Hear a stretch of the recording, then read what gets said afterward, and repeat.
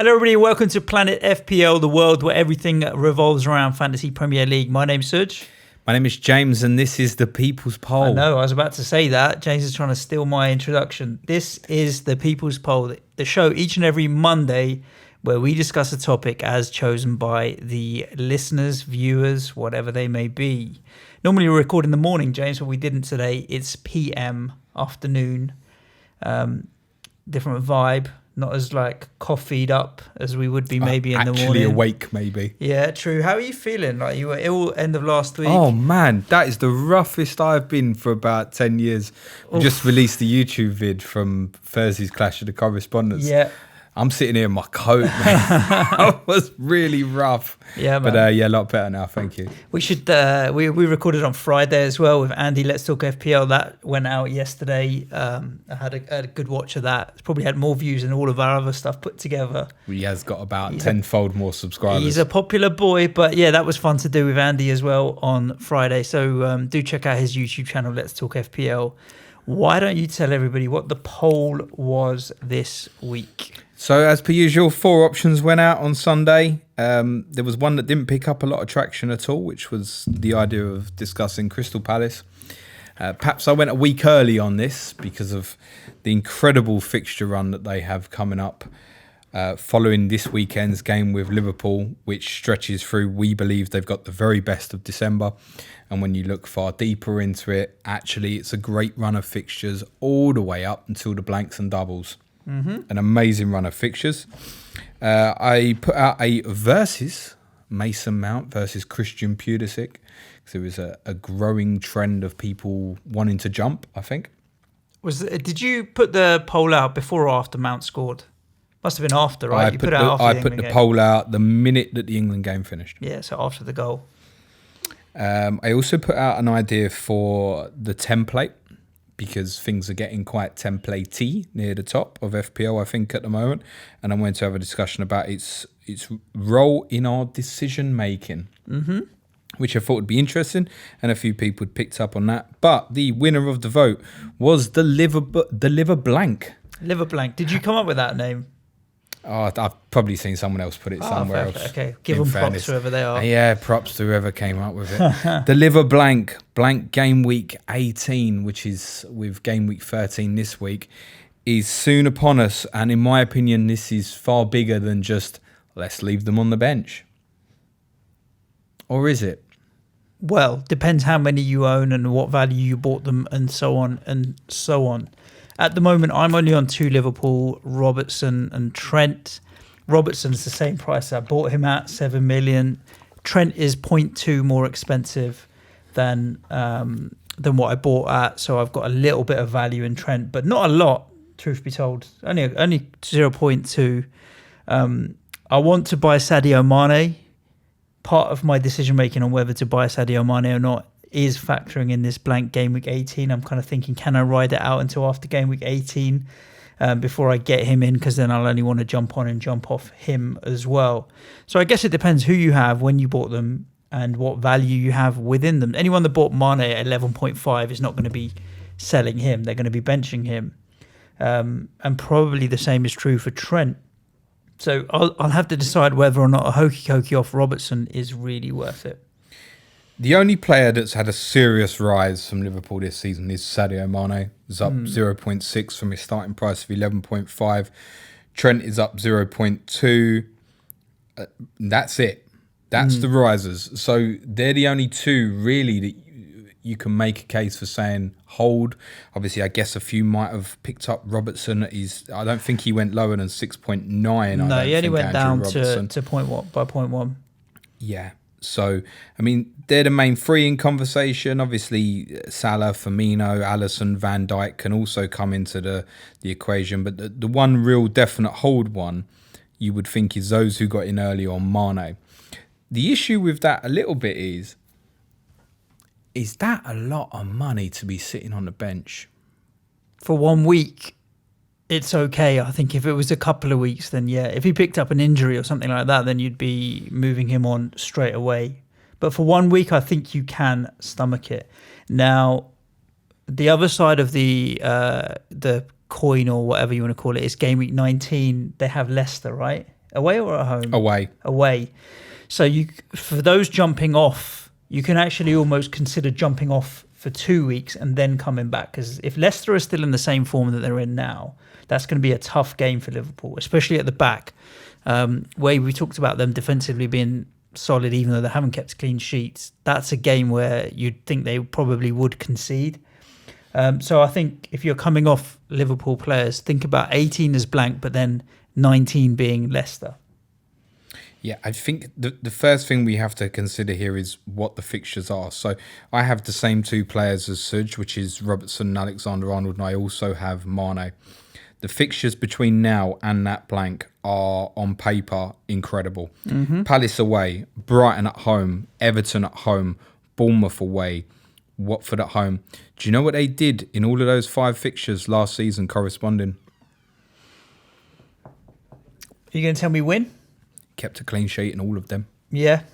All 5 of those corresponding fixtures last year, they kept a clean sheet. 2-0 at Palace, 1-0 at home to Brighton, 1-0 at home to Everton, 4-0 at Bournemouth, 5-0 at home to Watford. Interesting.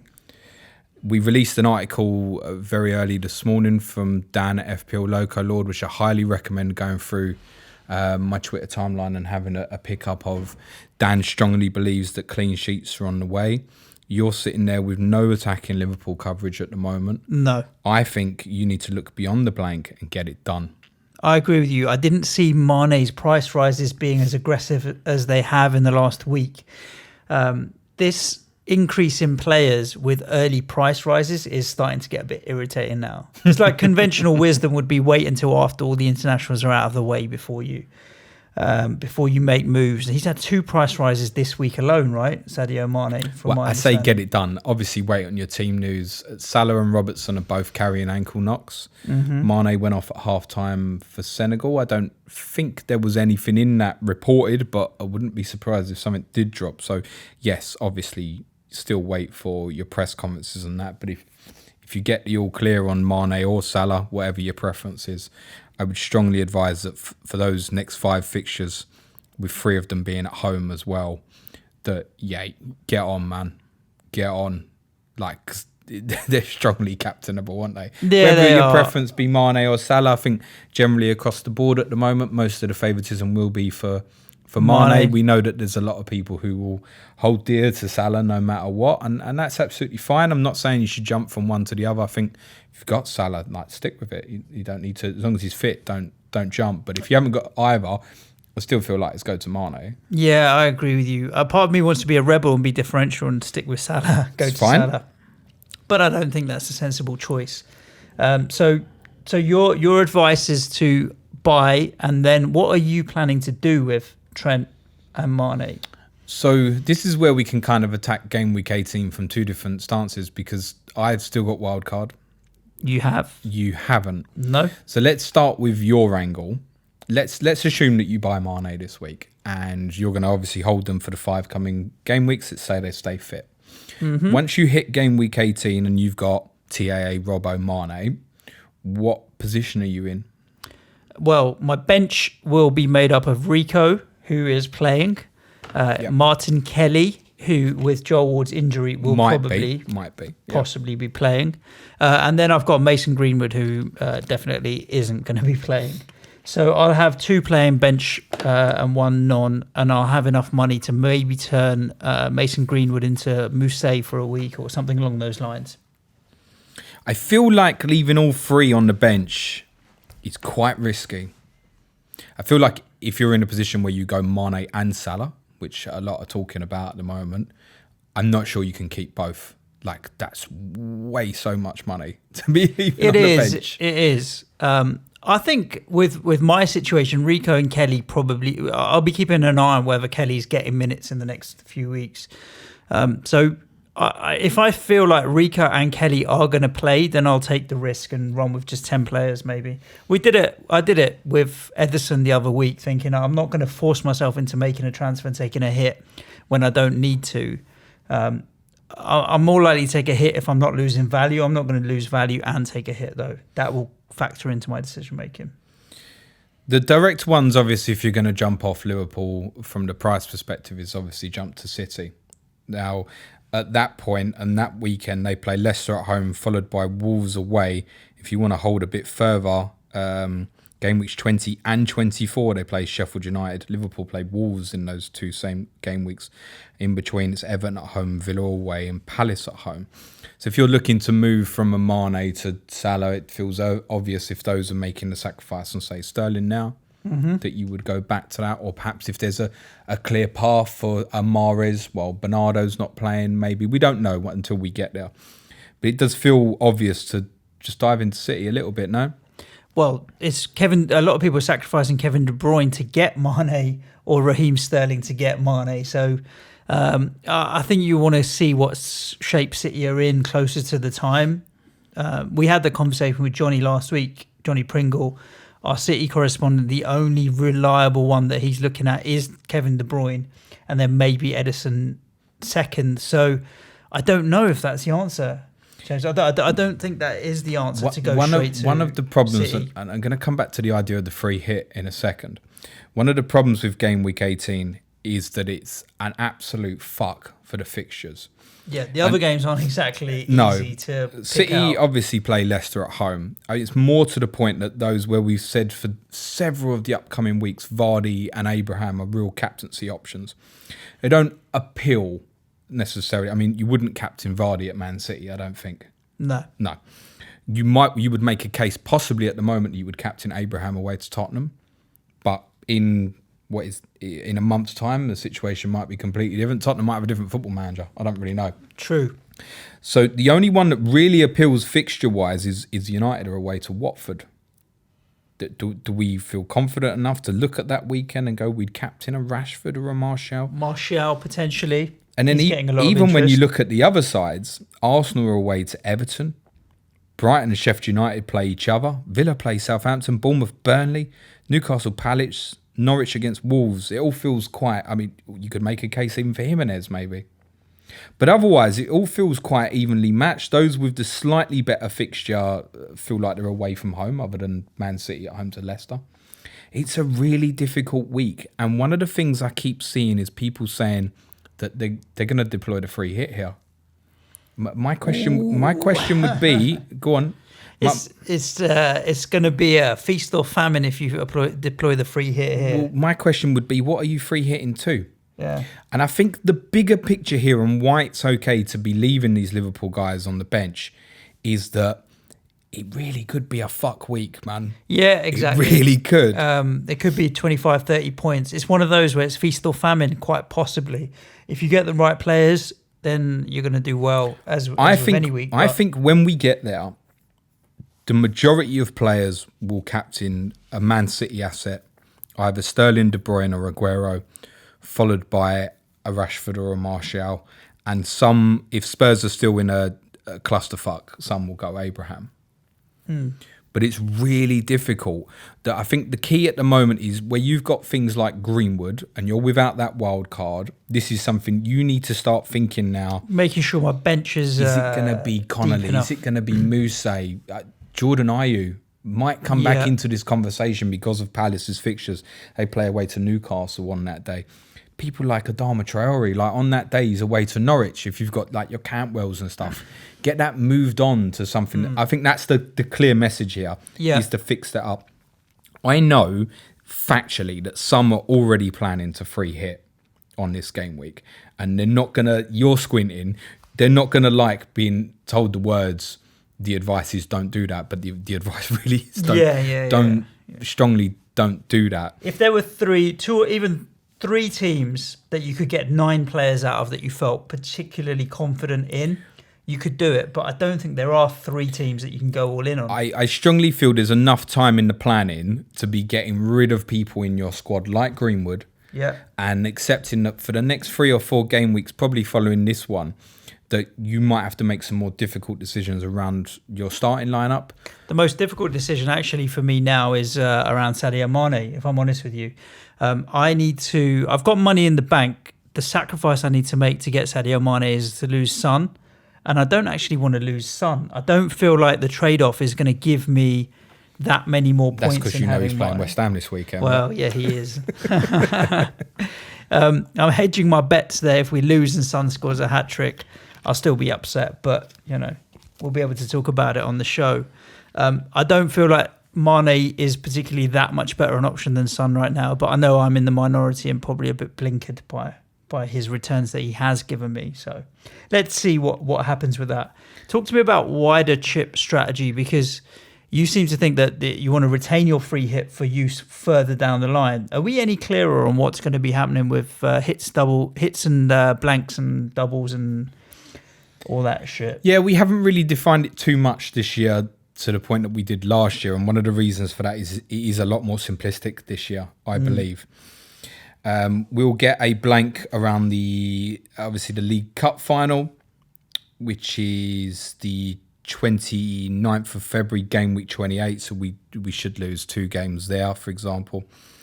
FA Cup 5th rounds midweek this year. There's no issues with that. And obviously game week 31 is the same as the FA Cup quarterfinals. So we know there we could, in theory, we could lose 8 fixtures. We'll probably lose 5.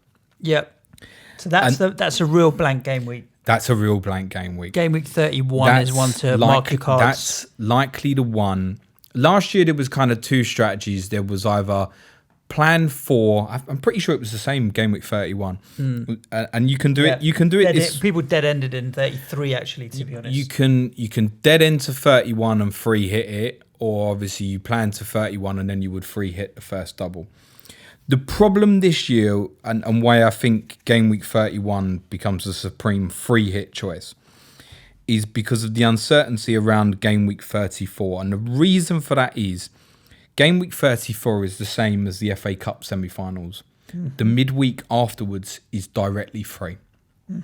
So game week 34 will be a double game week. There is a possibility that a lot of the postponed fixtures from game week 34 will just be played that midweek. Same week. So that stops it being a double game week. In theory, it could literally be just a normal game week. In theory, if that Liverpool-West Ham game gets played in, if teams that go out the League Cup don't progress in the FA Cup, it honestly could be the exact 10 fixtures of game week 34 could just be spread out over 5 days.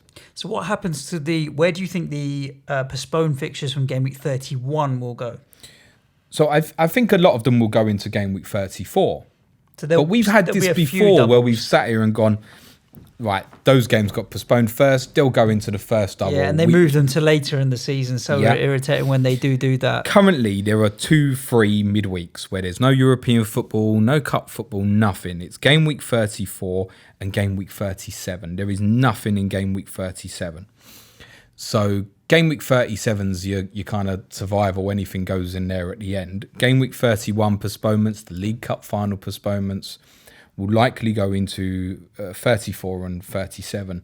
I think there's obviously the possibility you get these weeks, don't you, with the Champions League last 16 is spread over 4 midweeks. Yeah, 2 weeks. So we saw last year Everton Man City was played during that week. So, if 2 teams are in the League Cup final who are not in Europe, it's very easy to just fit it into there. And the TV don't show it and the TV is not bothered. Yeah, so I'm thinking at the moment that could be hypothetically Leicester and Villa, for example. If those 2 teams. When will we know the teams that are playing in game week 31? Well, only confirmed once the FA Cup 5th round is done, which is just before game week 29. Okay. Obviously, you can start mapping it as soon as teams start dropping out. But my plan was like building a team towards 31, where you may only get 5 fixtures, let's say, wildcarding straight after for 32 for the doubles that we're going to get in 34, which we should know by then, because they'll have to have announced them for TV and travel and what have you, and then free hitting in 37. Yep. What are we calling that? Chunky chips? No. Okay. So I strongly believe this year, until you physically know, bench boost is going to be game week 37. Right. It's going to be the optimal strategy. And what I've said about that, and this is one of the main reasons why I've held my wild card so long, is that probably means wild carding in game week 36, which feels ridiculously late and with no gains. If you want to maximise the best of that bench boost, then that's probably when you would wildcard is game week 36. Now, I get that. A lot of people be going, you can't wildcard that late. And that's absolutely fine. You can deal with game week 37 when you get there. The reason I feel strongly about free hitting 31 this year in the blank rather than the double of 34 is exactly what I've said. That might be a complete waste. The likely scenario with that game week 34 is you'll probably end up with 3 or 4 teams who have a double, probably a couple of teams who don't play at all, and the rest will play one fixture. It will be like a little bit of a mixture. And you'll just need to be constantly aware of those who are definitely going to play at least once, I think, in 34. There's not going to be a factual way of knowing until you've used that free hit in 31. And the free hit 31 covers you off to not have to... It's awful when you do that planning for the blank, and you're getting players in who are only playing in that blank. It's awful. So I think this year... So free hit 31. I think really common strategy will be free hit game week 31. Triple captain 34. Not necessarily. Might be. But obviously the obvious one's Liverpool.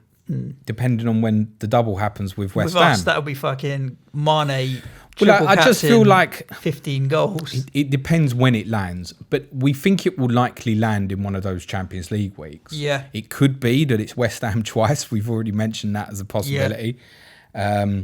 That picture will look a little bit clearer once the Champions League's finished, and then we know it can only be one of 2 options for Liverpool then, rather than currently being 4, because we know which weeks their European fixtures will be, assuming they qualify. I feel like when that double comes up for Liverpool, with the fact that they're going for the title and they can't come off like resting players and rotating and all that you just go for it then. I don't see, like I said, you could hold for that 34 triple captain and then there might be sod all out of it. Yeah, it's going to be a tricky one that we're going to have to wait and see until next year, really. I think the biggest advice around blank game week 18 at the moment is fix up your bench, don't free hit. I really would just look at that week and I'd be like, what am I free hitting into? And I think there's a case for selling certain people like Mane if you haven't built up a serious amount of value, because are you that desperate to have? A lot of people will sell him that week, away. Maybe, and he'll drop in value. You might be able to pick him back up at the same price you bought him. Yeah, there will be a lot of people coming off those assets that week. Huge, depending on how many live players we've still got. We're down to 2/3 officially of live players. Yep.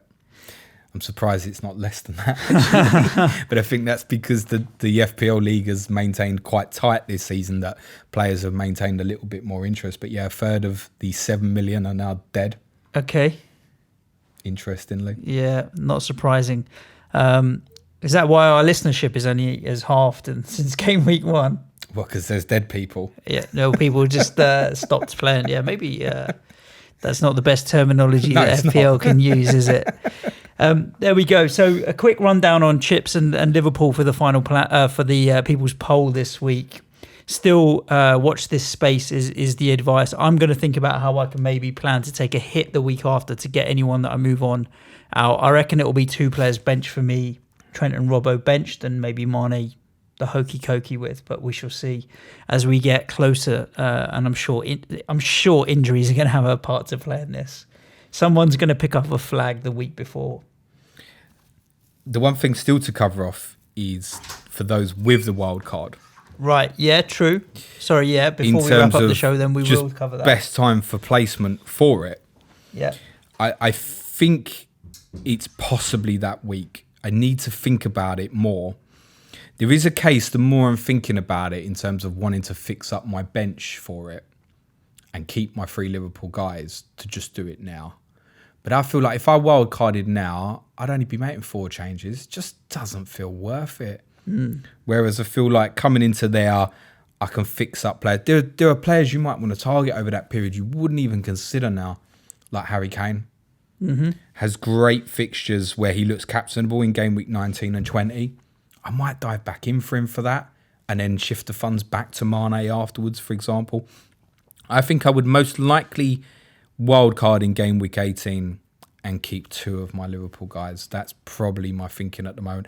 I haven't got real value. I've only got value built up in Alexander-Arnold. So there's a good chance they'd lose the value. So even if I wildcarded and let them drop and kept them in the squad, do you know what I mean? Yeah. You could even work around that. Yep. To hold the value that they will depreciate during that period. I think it probably is on the game week 18 is probably the optimum time to wildcard. What you're going to have to accept with that is, because there's a stigma around when you wildcard, you have to have an immediate good score. That game week is so fucked. Yeah. Yeah, I worked out my wildcard into 34 points, I think, this year. So I know where you're coming from. Just think of it as a long-term view that's going to get you through to like game week 31. Really is 12 tough. weeks, 12, 13 weeks worth of wildcard you're going to get use out of. Yeah. What have we got on this week, James? Do you want to let everyone know? Yep, Planet FPL Derby preview tomorrow, Tottenham. I'm not looking forward to that. I don't know why, man. We ain't doing shit.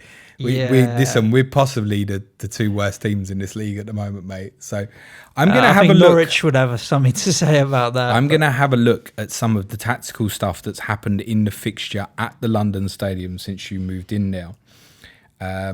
And detail some of the things that have happened there. Obviously, Pochettino's been in charge for all of those games. Wednesday, Sky Fantasy Football with Dan Cox. Yes. 2017 champion. Really looking forward to that. Dan is short of confidence, so we'll be supporting him loads on the pod. Thursday. I hope Dan's listening. Dan, if you're listening, I'm going to have a business plan prepared for Wednesday for him to invest in Planet FPL. Yeah. With his winnings from 2017. I think he spunked it. Oh, okay, fair play. Thursday, Clash of the Correspondents will be absolutely fascinating just to find out where these two lads are going to record from. At Sixth Goal, Watford, as we know, will turn up and record from anywhere to everywhere. Yeah. We think at the moment Jack at Turfy Topper is going to be recording in the cellar of his bar that he's taken over. Okay. On a break. And we'll be talking Watford and Burnley. Friday, final plan and a very difficult captaincy choice this weekend again. Vardy. I think it's the most difficult one. I'm done, Vardy. I'm not changing the armband, Vardy. I'm not as sure now as I was before Vardy played Arsenal. I think I'm toss a coin Vardy and Mane at the moment. I think I might end up on Vardy again as well. I think I've seen hokey cokey on captaincy so far this season, and you're always chasing the next points. Just stick on it and leave it. If you'd captain Vardy all season, you'd be stick on it and leave it. You pick the one that you think on that given game week's going to score the most points. I really hate that statement. If I'd left it on Salah for every game, listen, you wouldn't have. So stop all that. No, but I think there's an argument to be said that moving around doesn't necessarily get you in a better position at the end of the season. There is definitely a debate to say yes, you could captain Jamie Vardy in his next 5 game weeks. Yes, of course. Leave it. And then what? Ignore them 5 Liverpool fixtures. It's tough, mate. You only get one captain. It's tough. You only get one captain. Shame it's not like Sky. There we go. There's a roundup of all the content coming at you this week from Planet FPL. So we'll be busy as we lead up into game week 13. Unlucky for some and lucky for some. We'll soon find out. Went off in my head there, didn't it? Live stream tomorrow night. Yeah, I thought you'd mentioned it. Who are we watching? Hungary We're going to be Wales. watching Wales and Hungary in the winner-takes-all battle. A win for Wales gives them automatic qualification for Euro 2020. Looks like it's going to be an interesting game. The permutations of these playoffs are excessive. I pretty much know them all back to front in my head now, which includes the fact that Bulgaria, depending on tonight's results, will get a chance and may well be playing Scotland in the playoffs in March. Yeah, sounds mental, doesn't it? Sounds absolutely mental. But we'll be inviting, because we're not doing a main podcast this week, we'll delve into FPL preview in the weekend. We'll open it up for a big Q&A, and we're just going to have a beer, a something to eat, and a laugh. Anyone that hasn't jumped on a live stream, it is quite good fun. So we will be watching the game whilst taking live questions on YouTube, in the YouTube Super Chat, putting a few bits out on Twitter. The Super Chat? I think it's called Super Chat. Yeah, I've seen people think. I think Super Chat is when people pay to have their message specifically read or something. Yeah, I don't really know how to do it, mate. Yeah, but I've seen Super Chat. I think Super Chat's when people pay. Let's get talking to Andy and Lee and Sam and all that. Figure out how to do this YouTube stuff that the kids these days are doing. Yeah. Should we do it? We could do a YouTube. We could do a boxing match. I was thinking, because we're YouTube sensations. That had how many people watching KSI and Logan Pick on someone your own size. We said we'd have a penalty shootout competition. Christmas. That's as close We're as we'll doing get. it at Christmas. Yeah? Penalty shootout. Do we want to hire goals or something? Or do you think they'll let us have it for free if we give them a shout out? Who's they? Goals. Like the people at Goals. You reckon that we just go and do it for free? Who are they? What do you mean? Goals or Power League or whatever? Where are we going to do the shootout? They can't do a power league. Goals ain't big enough. Down the They're park. the short ones, aren't they? Oh, you want to do a full-size goal? Yeah, we literally stick nets up, masking tape the lot, Full-size goal. Yeah, The penalty shootout between me and James is coming in at Christmas for you this year. So stay tuned for that. And thank you for all the feedback and support. Other than that, leaves me to say ciao for now. Cue music, man, child. Messi,